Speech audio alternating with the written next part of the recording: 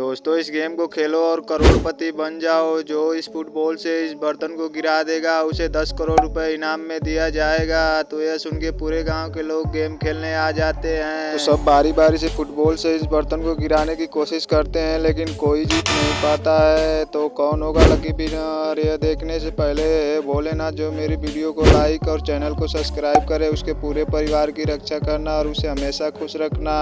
तब यह लड़का आता है और फुटबॉल मारता है, लेकिन ये भी हार जाता है। तब फाइनली ये लड़का आता है और एक ही शॉट में सारे बर्तनों को गिरा के 10 करोड़ रुपए का मालिक बन जाता है।